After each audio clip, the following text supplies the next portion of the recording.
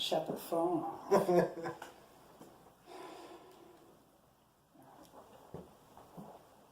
Actually, I'll just restart. All right, so you're running for Senate as a part of the Libertarian Party. Yes. And most veterans, at least that I know personally, tend to vote Republican.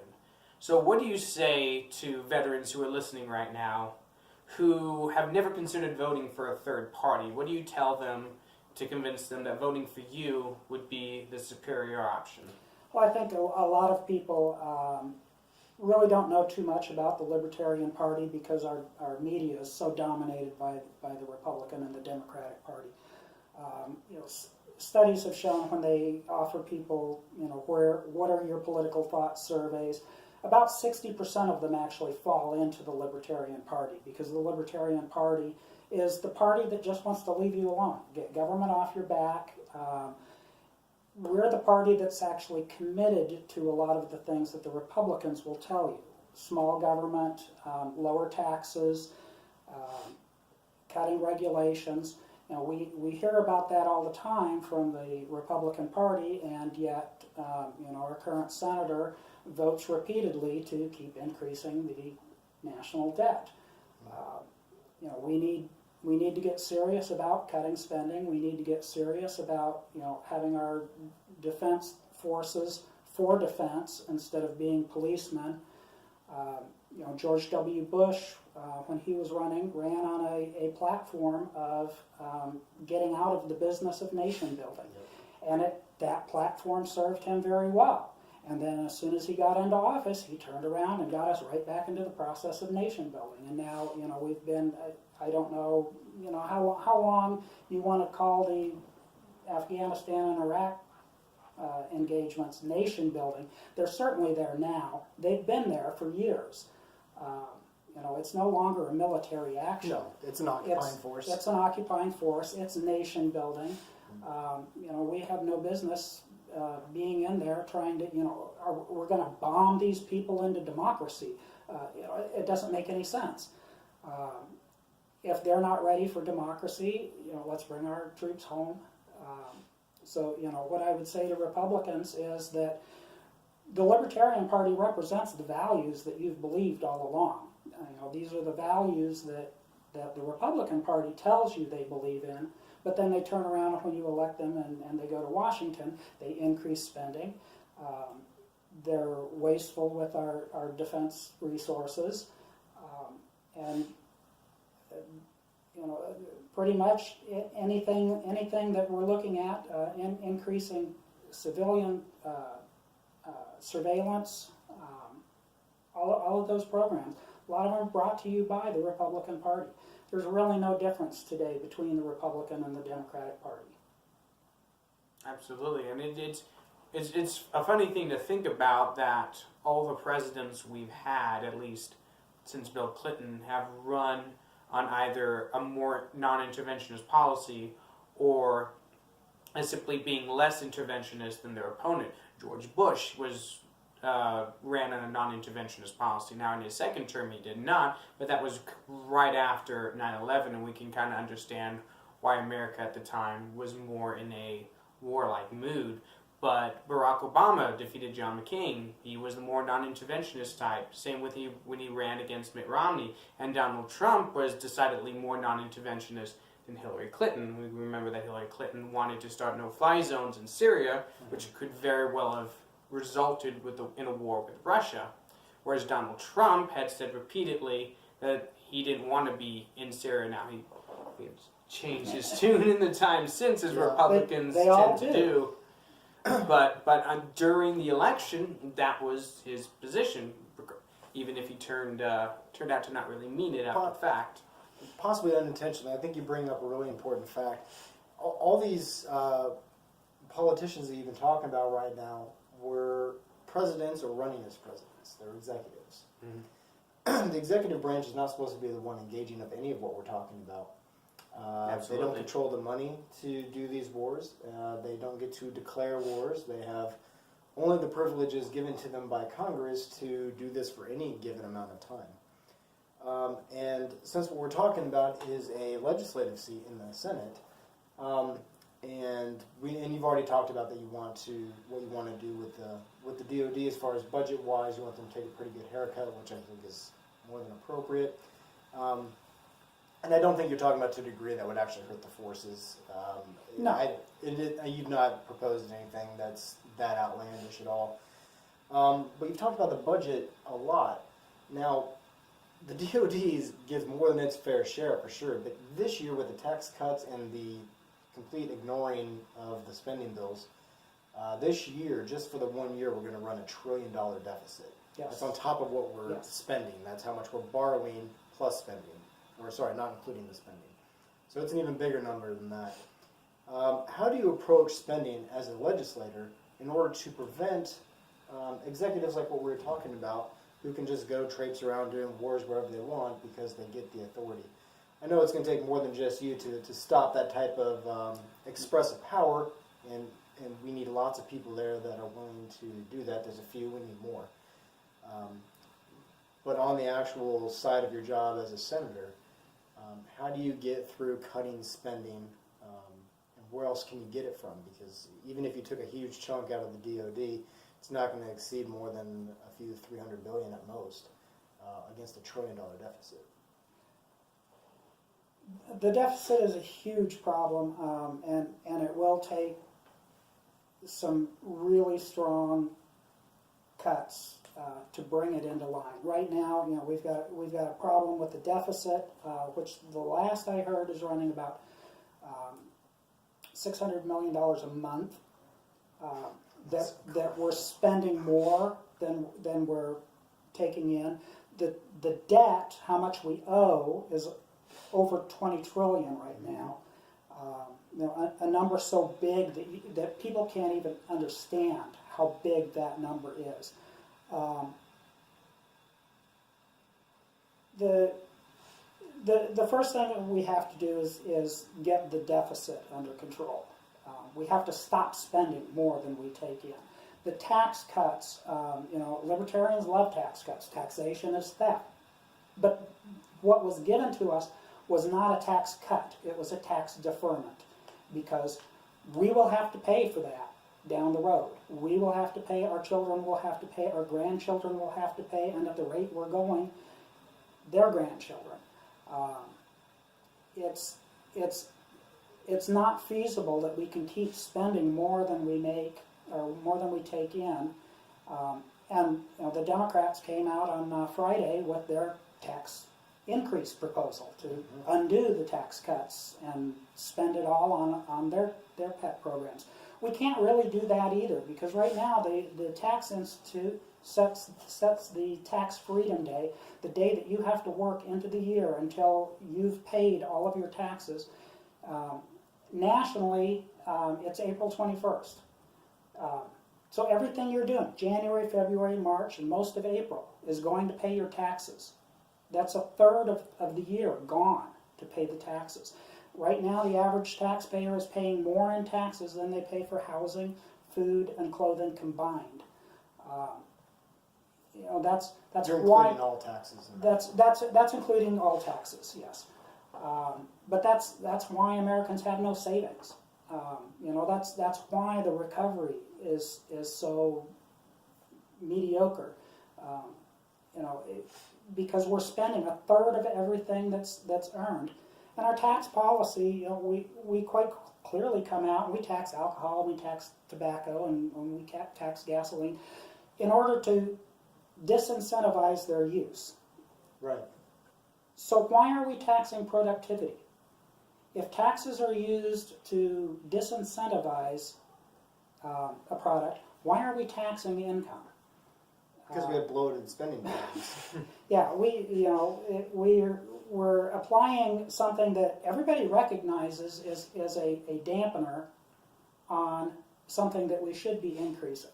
So, I would love to see tax cuts, but you can't cut the taxes without cutting the spending that goes along with it. Otherwise, you just spend into the deficit, which is Yeah. what we're talking about, $1 trillion deficit spending for a 1 year span, which is Yes.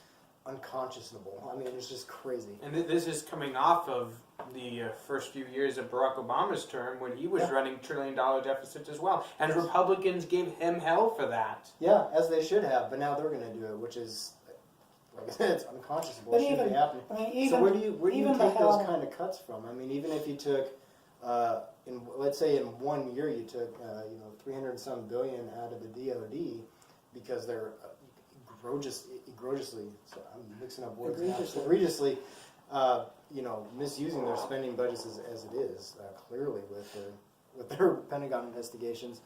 Where else do you take it from? I mean, there's 700 and some billion still in there. We have to look at every program. Some of the things I know NPR keeps popping up. I'm sorry, not NPR, PBS keeps popping up as a possibility, and everybody's afraid of killing off Big Bird. But I hate to tell them this, but broadcast media has already flown. Oh yeah, it's been replaced by the internet. Yep, here we are. Yeah, here we are. A lot of these things are outdated. They're not serving their functions anymore. And really need to be, either pushed off into a private industry, or, in a lot of cases, we could eliminate a lot of partisan bickering by, we've got the United Way that collects funds and distributes it out to a number of different charities. Let's have the United Way. Let's have the Progressive Way. You can send in your $20 a month off of your payroll deduction, and 5 of it can go to Planned Parenthood, and 10 of it can go to George Soros, and whatever the progressives want. Take set up something, and we eliminate the bickering over which organization should and shouldn't receive government funds. I'd like to see, the United Way, the Progressive Way, the Conservative Way, the Libertarian Way, set up those things, and if they're important, people will pay for it. We're just hiding the fact that any of this is going on by putting it all in a number that we don't know what's happening with that at the bottom of our taxes. I would also like to see a war tax. Right now, all of our military engagements in the Middle East are being paid out of the general fund of the government. I would like to see a line item on your tax return that says, this is how much you are spending to bomb Afghanistan, Iraq, Yemen, the whole mess. Because I think that will make it more real for people. If you are having to face, what it is, how much you are paying, how much of your taxes are going for this venture that we have. That's one of the best ideas I've ever heard. Can we expand that a little bit, and instead of me sending all my itemized income breakdowns to the IRS, they can send me a breakdown of what they're spending my money on, and then I'll sign the bottom line, essentially approving their budget. I think that sounds like a fantastic idea. But if you did that, though, you'd get 50 pages in the mail with tiny little print. Yeah, with no signature at the end. This is all the stuff we're spending your money on. Yeah, but that's the point, though, is that we as a citizens would see where it's going to, and we'd be mad about it. I would like to see, the 1040 include a Schedule V for voluntary. And, you get about 30, 40 lines on there. List out these government programs. And if you want to support that, write that number. They can put a little suggested amount over there. You want to pay $10? You want to put $20 in there. You want to put $100 in there. Whatever it is. I've done the calculations on a few things. The National Endowment for the Arts, which is basically welfare for rich people, because poor people aren't going out and admiring the sideways abstract painting because nobody can figure out which way is up in some art gallery. It's welfare for rich people. Let's be honest about it. But it comes out, at one point the Republicans had said, let's get rid of it. The Democrats said, oh no, we can't live without it. So if you just look at Hillary Clinton voters, what we spend on the National Endowment for the Arts comes out to 14 cents per Hillary Clinton voter. Okay. Pay for it. Why are you making us hide this all in government spending? There's a good one. Throw it on the Progressive Way charity fund. It's a very interesting idea. I mean, split this out. Let people make a decision. Instead of having everybody else make decisions for you, because we're libertarians. That's how it works. Let people fund the programs that they feel are important voluntarily, instead of forcing everything and hiding it all in the tax code. In addition, one of the things with the budget cuts, one of the things that we also need to look at are the tax laws that give breaks for certain. We shouldn't be subsidizing any industry. We shouldn't be subsidizing any particular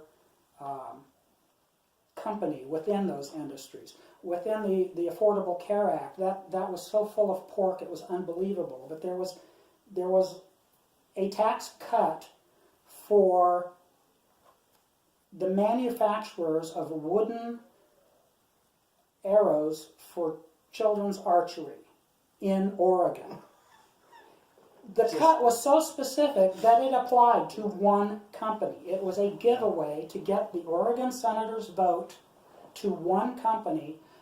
We need to get rid of that stuff. That's a lot of the money that comes and goes. It's all kind of funny money in the budget there. But we need to get down to a clean budget. And speaking of which, I do support the Convention of the States and the push for a balanced budget amendment. well, yeah, I do too. I think that's a fantastic program. It's been going on for a good long time. Convention of States. Absolutely. Nebraska needs to get on it. You probably know more about where that's at coming up. We'll probably do a different cast about that. Yeah, we could probably. Trevor will know about that. We'll talk. Trevor, we're going to talk to you. Yeah, that's something we can probably talk to Senator Epke about, because she's the one that's been spearheading that in Nebraska for a few years now, really. So it's good to know that she has a supporter. It seems to be gaining some attention, but as to whether or not they'll get it passed, I'm not sure at this point. So, Jim, would you be in favor of a single item bill, as far as that being an operating law in Congress, that bills are for single item? Absolutely. Deals, you can't add stuff into it? The choices you have there are the current system, which is not workable, because anytime the Republicans want to do something, the Democrats put an amendment to ban all firearms. And anytime the Democrats want to do anything, the Republicans put an amendment on it to ban all abortion. And then it all sinks. And it's poison pill politics. They can't get anything passed because anybody can put any amendment that they want to on it. A bill should be a single issue only. The last, actually it wasn't the last, it's now the second to last time we increased the budget. It was tied to the hurricane relief for Houston when Hurricane Harvey went through. And they all know that nobody's going to vote against it, because then your opponent's running TV ads. You voted against hurricane relief for Houston. But buried in there is another deficit increase. So, we really need to get either a line item veto or a single issue bill requirement. I would prefer the single issue bill requirement, because the line item veto can lead to some abuses as well. Yeah, I can see that. Yeah. I like the single item bill idea. I think it slows things down a lot, which is not good. the worst thing in the world. Nope. It can stop the knee-jerk overreactions that our society is so ridiculously prone to. I would love to see that go. I'd love to see you legislate something like that in, and be able to support you from here on that when that comes up. That might, there's legislative angle to that, but it also could be done with just Senate rules. Mm-hmm. Yeah, it does. That's not something that requires the Convention of States to do. Yeah. They've got their own list of items that they want to do. Let's see. Where do you want to go to next? I think you had several. I had some other ones, but I know we got a limited amount of time, and I don't think we can squeeze them all in. We're getting Well, let's straight talk answers about your strategy for this race. Third parties anywhere don't have a realistic chance of winning in most cases. That as we're seeing in New York, Larry Sharp's campaign for governor there is actually gaining a lot of attention. Gary Johnson gained a lot of attention this last presidential race, even though the vote total at the end was a bit disappointing. That might be more due to his personality than anything else. But tell us about your strategy for, winning this race for Senate and gaining votes and momentum for the Libertarian Party. Well, I think this year offers a real opportunity. The most recent Pew Research poll on the biggest problems facing this country, the number one answer was our own government. We've got a not very popular incumbent senator running for re-election. Right now, she's got $2 million in out-of-state funds, feeding her. Right now, I have not started a real push towards fundraising because up until last week there was a primary opponent, Right. Whom the Secretary of State finally removed from the ballot because he had done some things that weren't. He switched parties in the middle of the. Yeah, he switched parties after registering. So up until last week, I was looking at a primary campaign. We're still trying to get together then and find out. Right now I am the first Senate candidate confirmed to be going to the general election. Don't know exactly who I'll be facing yet. Doesn't seem like there's really a lot of movement on either the Republican or the Democrat side for their primary battles either. Yeah, just the Democrats have, let's see, Brad Ashford's in it again. No, he's running for Congress. For the House. Jane Raybould is probably the odds-on favorite for the Democrats, although Swoboda is running and could give her a fair chance. And I honestly think Deb Fischer will probably she is running again, but she'll probably win the primary. I don't see a lot of pressure from the Republican side. There's a number of people running against her, but I'm really not seeing a groundswell of support for any of them. So my guess is that as unpopular as she is, she'll probably get the nomination. Yeah. What that means, though, is that there's fractioning inside our state Republican Party. That there's so many people popping up to oppose her, even if they don't really gain a lot of traction, it shows that she's not really igniting the base here locally necessarily behind what she's doing. Yeah. It's a lot of strange votes she's throwing out there on her record. So, which is a good place to deal with her on when it comes to the general election. I think you've got a real angle to take out with her, just with her voting. I think your phone stopped recording there.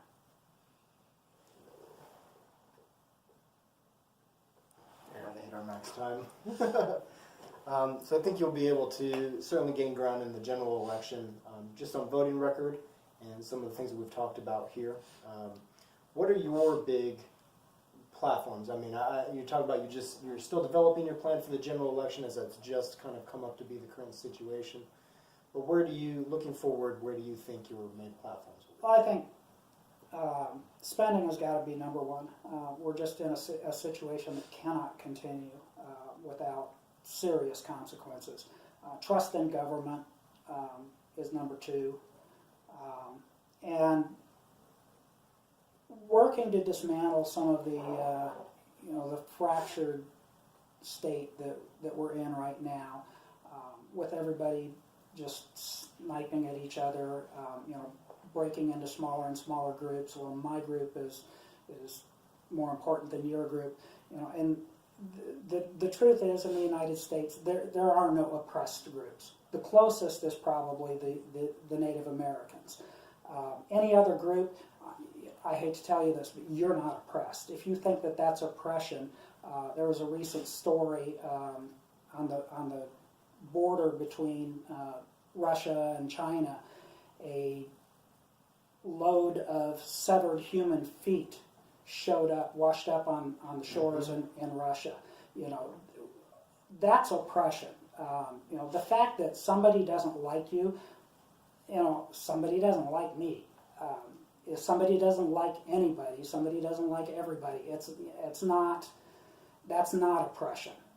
The fact that people disagree with you or, you know, hold a different opinion on something It's not oppression. So Right. you know, we need to grow up and get over, you know, some of these attitudes that have consumed us for the last 10 years or so.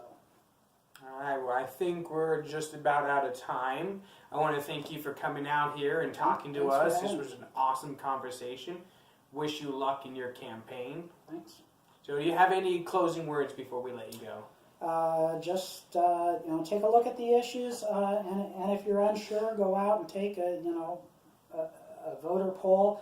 Like I said, you know, about 60% of the people come up and say that you know, when they take these that they're libertarians, because we're the party that's opposing authoritarian rule. If you like someone telling you what to do all of the time, you know, the other parties are for you. But if you think that you can make a decision for yourself better than a government bureaucrat can do for you, then the Libertarian Party's for you, and I'd appreciate your vote. Now, where can people go to donate to you or volunteer for your campaign? At the moment, we're not accepting donations. We're still in the phase of getting all of the federal paperwork and everything set up. But right now we've got a Jim Schultz for Senate Facebook page that's up, and I try to, you know, put my thoughts out. I'm shooting for once a day now, and so I'll be sure and link this conversation onto it. And we're also working on getting up a normal non-Facebook website that'll have an in-depth discussion of issues and where I stand on them. All right, thank you for coming out. Thank you guys for Thank having you, me. Jim. Good luck. Thanks. All right, thanks for listening, everybody. Have a good night. I think yours cut out a little bit, maybe. Okay, so we're recording. We'll just edit out all the beginning stuff. You got your audio recording turned on?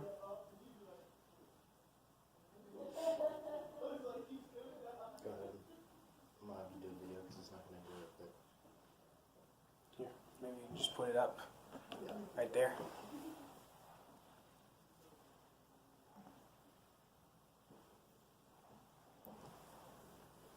We'll All call right, it good enough. we got two cameras going on now.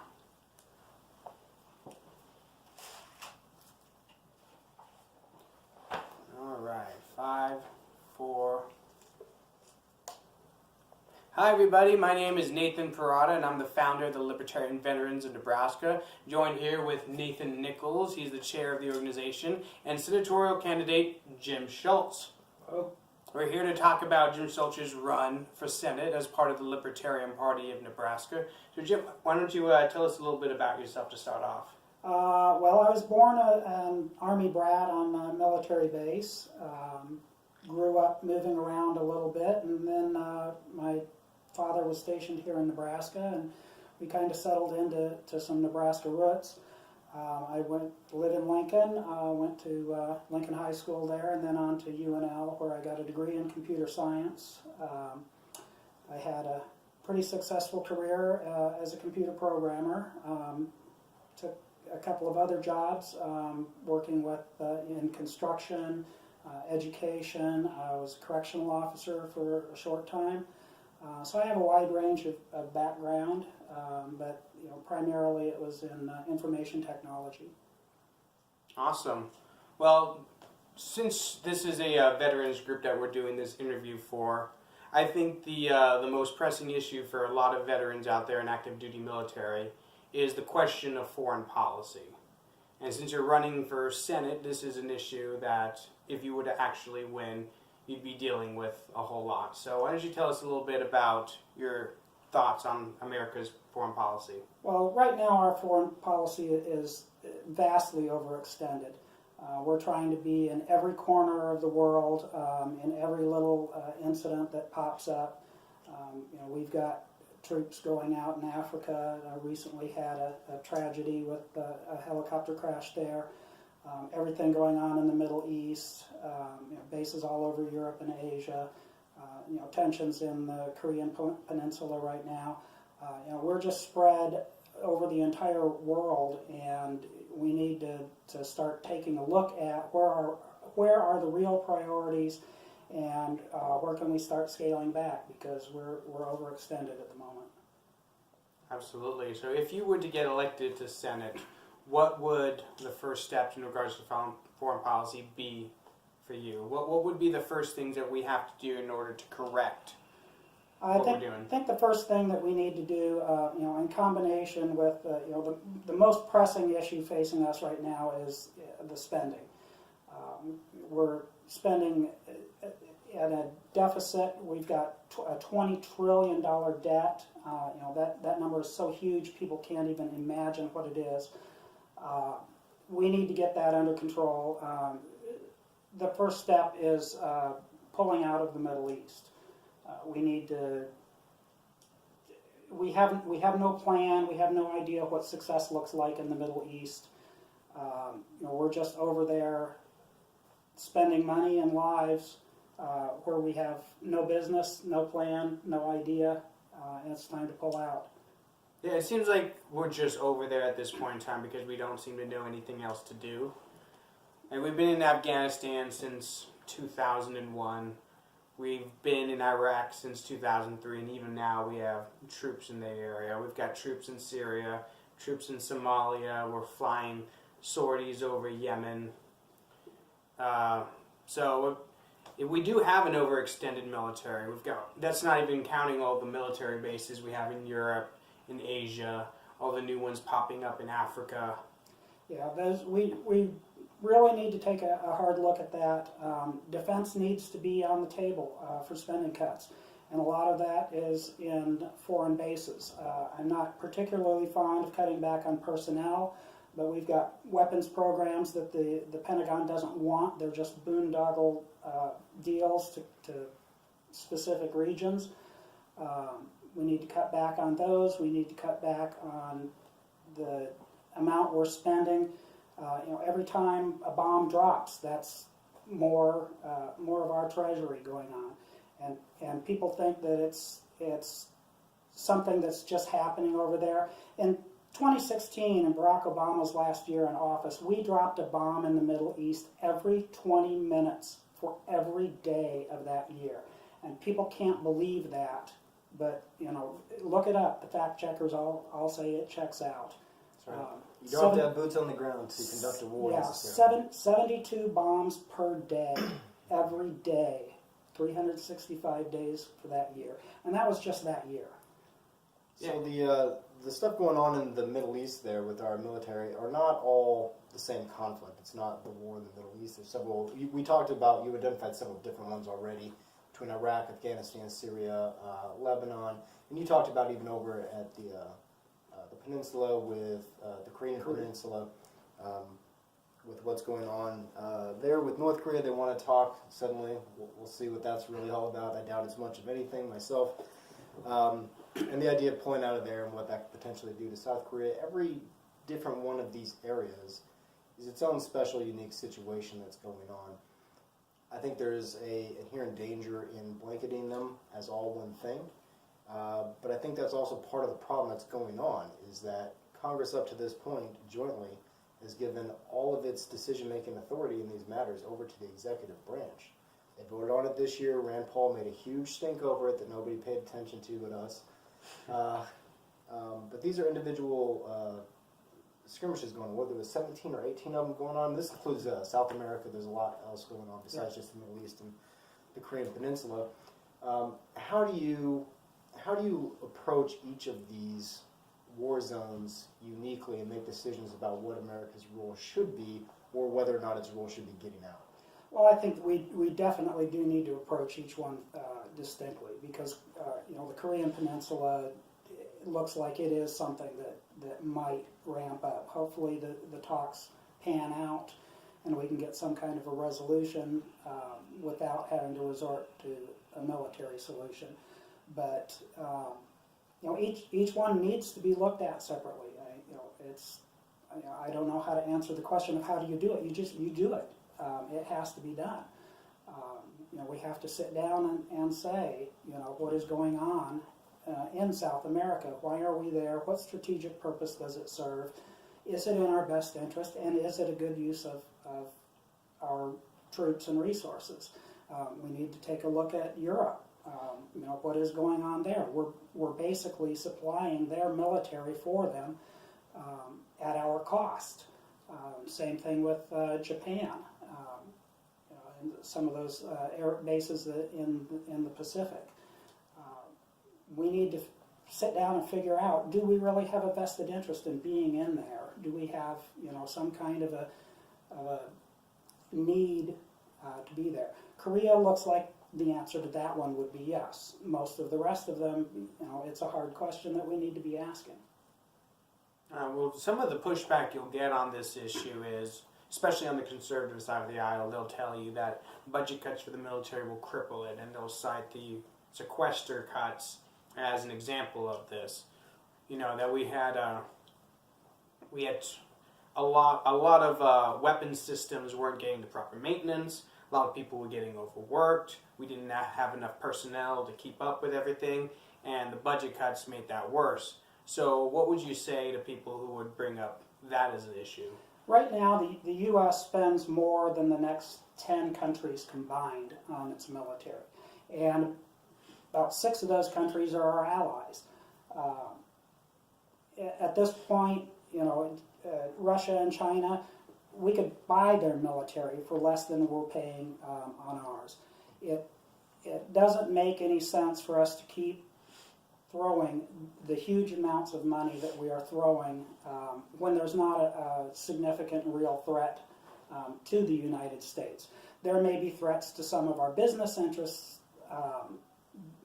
but in a free market, we need to also have some market solutions instead of having it backed up with boots on the ground and military force in order to get our business interests met. The massive amounts of weapon systems that the U.S. develops far exceed anything any other country has developed. When we went into Iraq was ranked as, I believe, the 5th best army in the world with the guards. Red Guard. The Red Guard. And we just marched in like it was butter because we are that much more technologically advanced than pretty much anybody else. And superiorly trained. They were scared to death of the people on the ground. The people that were walking across the ground is who they were scared of, not just the jets. They didn't want anything to do with the ground forces either. They knew that we were better than them from the second that CNN told them that we were coming. Yeah. They were scared to death, and I agree with you. We overspend our military. We have overextended our boots on the ground during the sequester. Although the fact that you can fight that many wars while being sequestered is pretty impressive on its own if you think about what that really would have had to do to the military. And it's not like there was supply issues. If you needed a ship to pick you up, it was there. If they needed a jet to be there to do something, it was there. What that really hurt was the rotation of the soldiers, the airmen, and the Marines that were a part of that because their numbers were capped. That's what couldn't change, and you had to hold up all these different fronts with a limited number of ground forces. But when it came to money for equipment and all the rest of it and logistics, there was plenty of green cash circulating through to keep that going. I think you're right. I think that the Department of Defense could take a huge cut out of what they're doing and not only still be spending more than everyone else on the planet and providing a proper defense, but if we actually limited what we were doing on the ground, maybe in a way that's a little bit more in line with the Constitution and the way that our government is supposed to work, with our Senate deciding, in particular the Senate deciding which areas we're supposed to be engaged in individually, and not just handing it over every year to the executive power. and having the responsibility on the people who we get to vote for regularly, and we get to sit in a room with and talk to about. Absolutely. It's hard to get Trump in here. I think also one of the issues is, and we saw this on the civilian side when we had those government shutdowns, where they would intentionally shut down visible things like parks. Things that have nothing to do with it. Exactly, like open air parks that you can just walk into and see that you don't really need. Yeah. You actually spend money to put up barricades to prevent people from going to where they could just walk to. Yeah, there could be some of that when it comes to these secret sequester cuts as well. Because you're right, they weren't cutting funding to the F-35 program. They weren't cutting funding to research and development. They weren't cutting funding on any of these things that where, we'd give out contracts to big companies and pay them a bunch of money for tanks that we don't need, for example. What we were seeing was cuts in personnel. What we were seeing is the people that are actually out there doing the work, they're no longer getting the relief they need. They're no longer getting replacements from basic anymore. They were even denying people re-enlistment for a while there. That's right. Telling them, well, we have a certain number of people that we can have, and you may be a good sergeant and whatnot, but we don't have enough slots for you anymore. So they would cut personnel. So, there was a lot of that going around. And I still want to get to the troops as far as being expended like that, not getting the proper rest and R&R back on their side to recover, not just physically and mentally. I do want to swing back around to that a little later, but you were talking a lot about the budget, the economy at large. I think this is a huge topic for anybody going to the Senate right now. It is probably the biggest topic in the country. At this point, I don't want to put words in your mouth, but I'd say you're probably behind auditing the Pentagon like what is started now and continuing that. Any federal office should be audited. There should be no exceptions. Audit the Fed, audit the Pentagon, audit the HUD offices, and find out whether or not we really were going to buy a table. But if it's part of the government, it should be audited.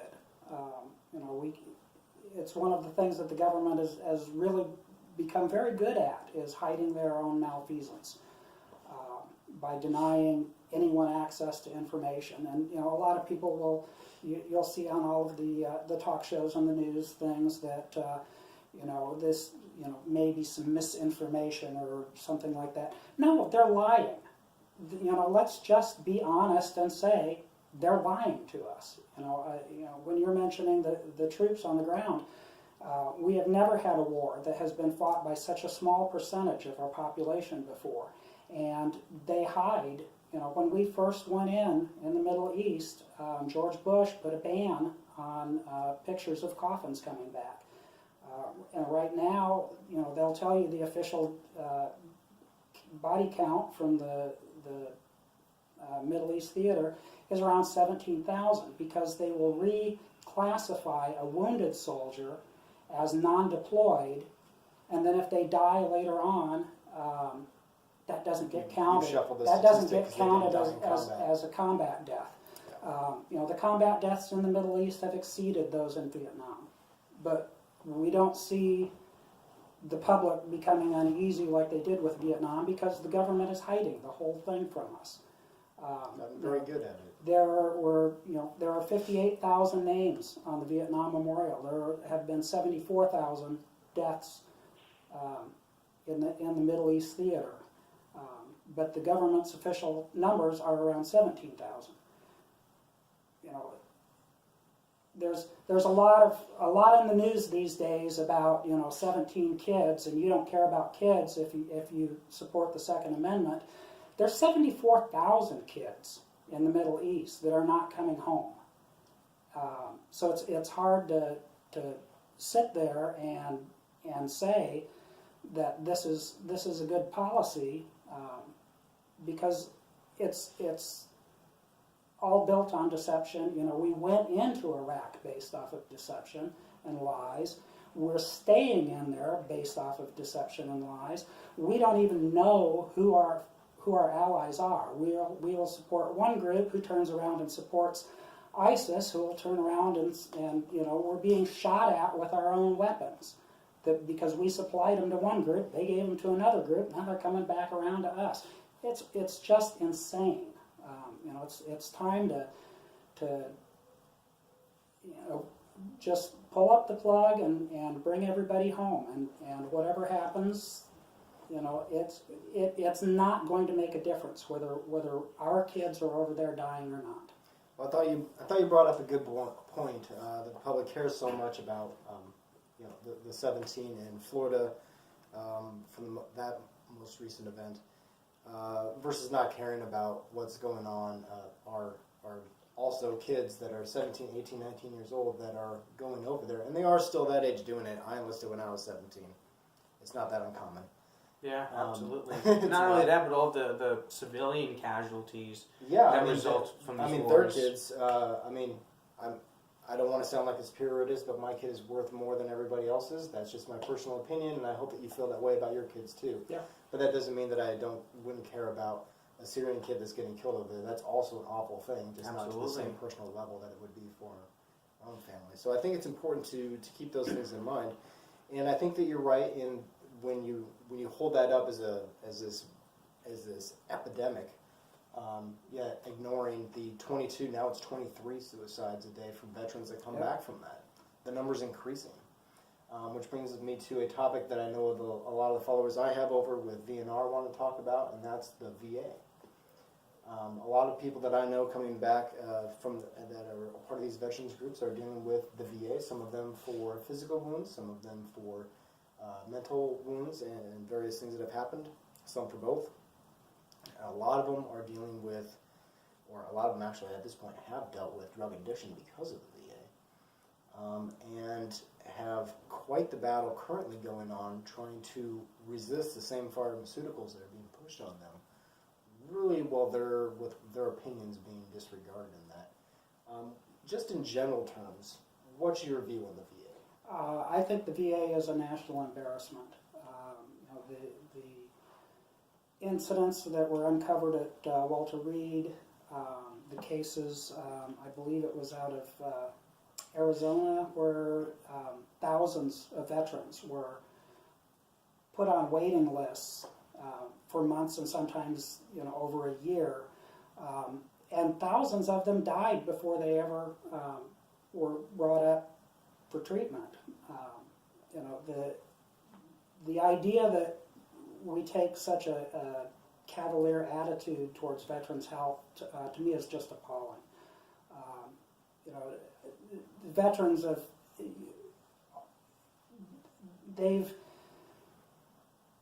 what is the saying that you're writing a blank check to Uncle Sam up to and including your life, and then to come back and have to fight for basic medical care. It's a situation that just it's appalling.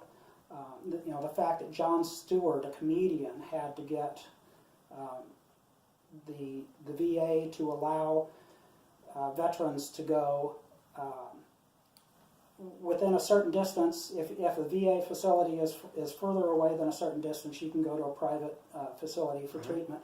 The VA was using as the crow flies. So people with not the roads, with major rivers running between them and a VA hospital were told, there's a hospital 6 miles away from you. Yeah, but it's 140 miles to get around to a bridge. Unless the VA is willing to send. There's a doctor's office in their town. Yeah, unless the VA is willing to send a helicopter to pick you up, it doesn't do any good.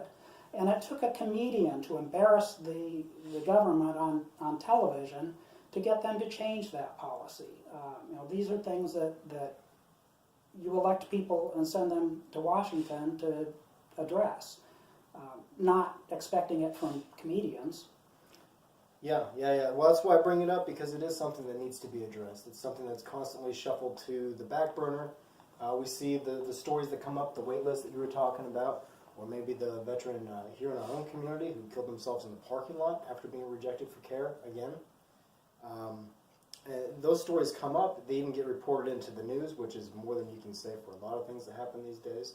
But it's immediately shuffled to the back, I think largely because the vast majority of Americans don't relate to it. anymore. Not the way, like you said, not the way that they used to. It's not in front of us. There's less of our population involved in it than there was before. I don't think it's quite as apparent to people who aren't directly impacted as to how it is. And there's a lot of people from my group that have argued about the importance of the VA, particularly for its in-doc procedures in dealing with particularly scarred military members, and some of the things that the administrative, like the upfront administrative staff, not the back office administrators, but the ground level administrators, doctors and nurses deal with on a regular basis that wouldn't probably be treated, it wouldn't be accepted, certain behaviors that wouldn't be accepted in a more civilian institution, I suppose, hospital or clinic or whatever it may be. Now, I'm not so sure about that myself. I have some doubts to that because I've met some really great administrators and stuff over there and had a couple conversations with them. But I've heard some real tragic stories and some real ridiculous and stupidity to the extreme that comes out of that same level of people. So we know the VA is not functioning properly now. I think that's generally understood. What do you think is the best way to fix it? Is this just an overreaching government program that's a dinosaur and it just needs to be privatized? Or do we still need some sort of private network for our veterans specifically? Well, I think there's a lot of room for privatization.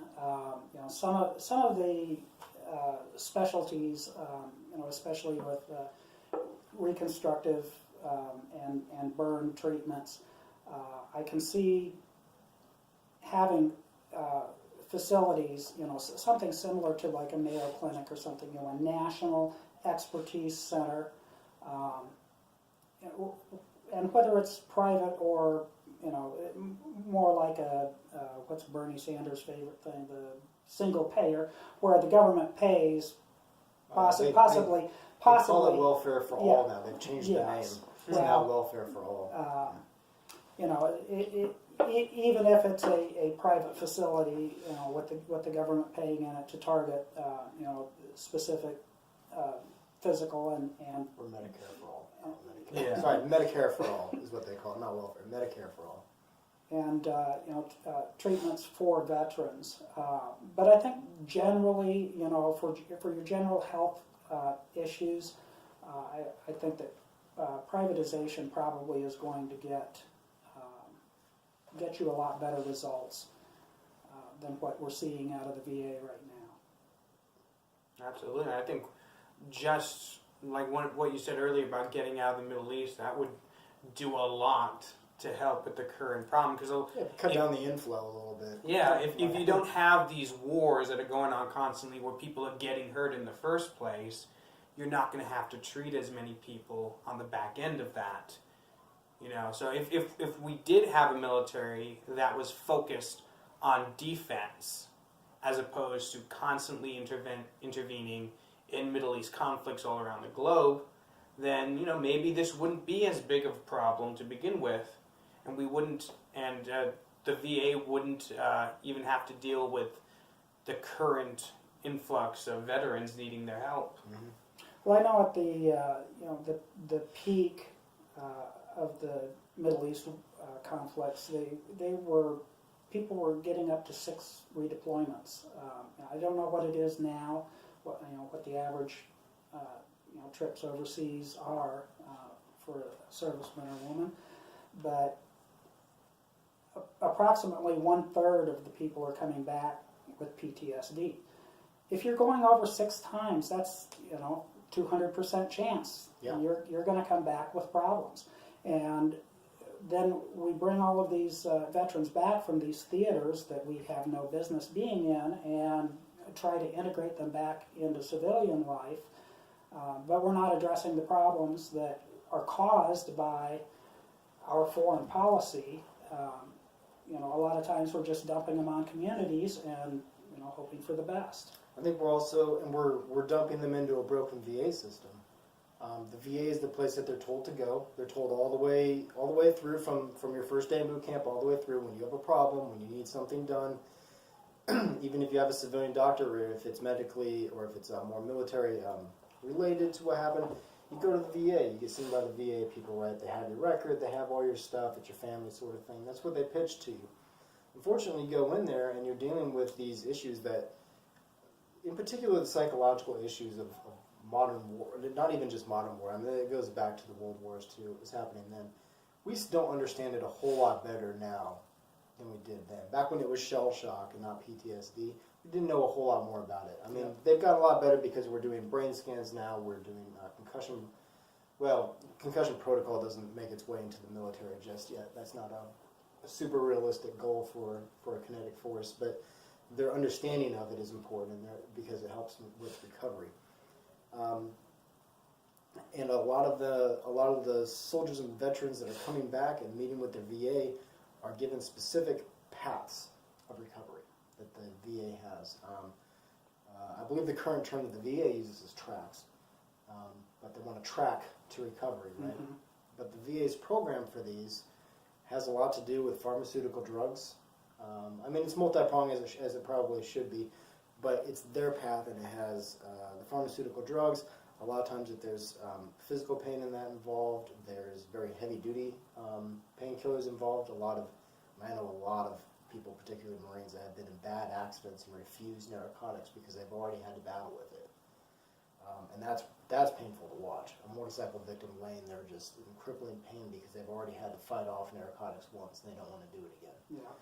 I mean, and that's their path. And if you don't do your path, then you're out. In fact, it's whatever. They don't want to do anything else for you. They don't want to talk about options. They don't want to look at anything outside of the VA's narrow view of what they consider to be treatment. They don't listen to their patients about what the treatment is, which I think is a whole other problem, because that's going to be an issue whether you're a civilian dealing with healthcare, or a veteran dealing with healthcare at the VA, or a veteran dealing with it in the civilian world. And God forbid these people take us on to government-run healthcare, then it can be everybody's problem. Yeah, I think that's a